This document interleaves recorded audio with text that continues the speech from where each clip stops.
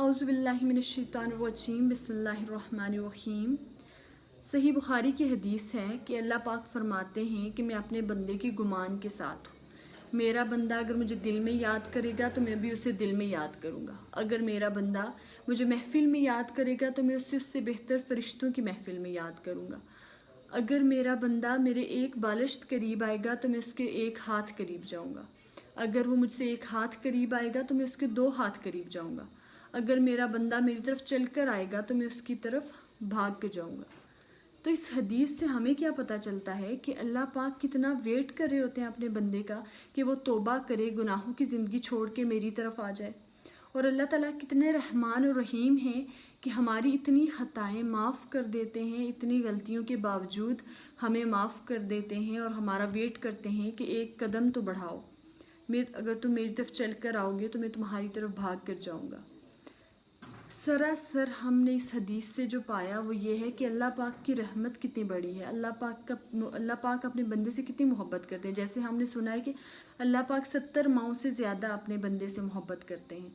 और फिर एक माँ की मोहब्बत तो सब जानते ही हैं कि हर माँ की मर्ज़ी होती है कि उसकी औलाद के लिए जो भी वो करे बेस्ट हो, वो उसकी औलाद किसी से पीछे ना रहे, उसके जहाँ से भी हो, कोई गरीब से गरीब भी वालिदैन हों तो उनकी मर्ज़ी होती है कि हम अपनी औलाद को वो सब फैसिलिटीज़ दें जो हमारे लिए पॉसिबल है। तो फिर एक माँ की अगर इतनी मोहब्बत है तो फिर सोचें कि अल्लाह पाक जो 70 माओं से ज़्यादा मोहब्बत करने वाले हैं उनकी कितनी मोहब्बत होगी। तो क्या वो चाहेंगे कि मेरा बंदा आग में जले? क्या वो चाहेंगे कि मेरा बंदा अज़ाब में मुब्तला हो?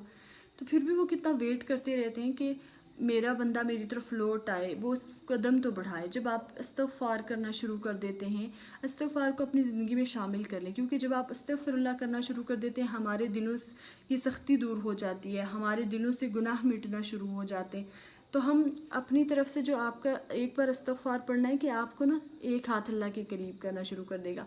आहिस्ता आहिस्ता आप अल्लाह के करीब होना शुरू हो जाओगे। जब आप अल्लाह के करीब होना शुरू हो जाते हैं तो उसके बाद ऑटोमेटिकली आप ना दूर नहीं जा सकते। एक एडिक्शन है, मतलब अगर एक बंदा नमाज़ पढ़ता है ना, जैसे अगर किसी ने हुस्न यूसुफ नहीं देखा तो वो नहीं अंदाज़ा लगा सकता कि हज़रत यूसुफ अलैहिस्सलाम कितने प्यारे थे। इसी तरह जिस बंदे ने नमाज़ नहीं पढ़ी तो वो अंदाज़ा नहीं लगा सकता कि नमाज में कितनी एडिक्शन है, आप उसके बगैर रह ही नहीं सकते। जब आप प्रॉपर नमाज़ पढ़ना शुरू कर देते और बीच में अगर कभी आप नहीं पढ़ते तो फिर आपको होता है कि मुझसे तो बहुत गलती हो गई, और आपका दिल खुद ही आपको बता रहा होता है कि तुमने बहुत गलत किया, आज तुमने नमाज कज़ा कर दी, आप रह ही नहीं पाते। तो ये सब इसलिए है क्योंकि अल्लाह ताला ने ना हमें अपने करीब कर लिया होता है। हम जैसे जैसे अल्लाह ताला की तरफ कदम बढ़ा रहे हैं, अल्लाह ताला उससे ज़्यादा तेज़ी से हमारी तरफ आ रहे हैं।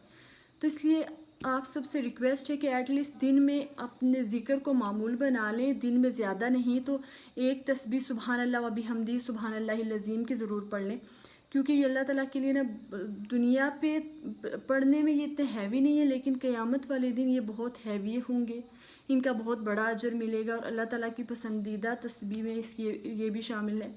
तो इसको पढ़ लें, इसको अपना मामूल बना दें। और कहते हैं कि समुंदर की झाग के बराबर भी अगर गुनाह हो तो इस तस्बीह से कम हो जाते हैं। तो जब हमारे गुनाह कम होना शुरू हो जाएंगे तो ऑटोमेटिकली हम देखेंगे कि हम नेकियों की तरफ जाना शुरू हो जाएंगे, हमारे दिलों की सख्ती ख़त्म हो जाएगी, दिलों का जंग उतर जाएगा, दिलों की मैल हटेगी, तो हम खुद ही नेकियों के रास्ते पे चलना शुरू हो जाएंगे। अल्लाह पाक मुझे और आप सबको तौफीक दे नेकियां करने की, नेकियों के रास्ते पे लगाए।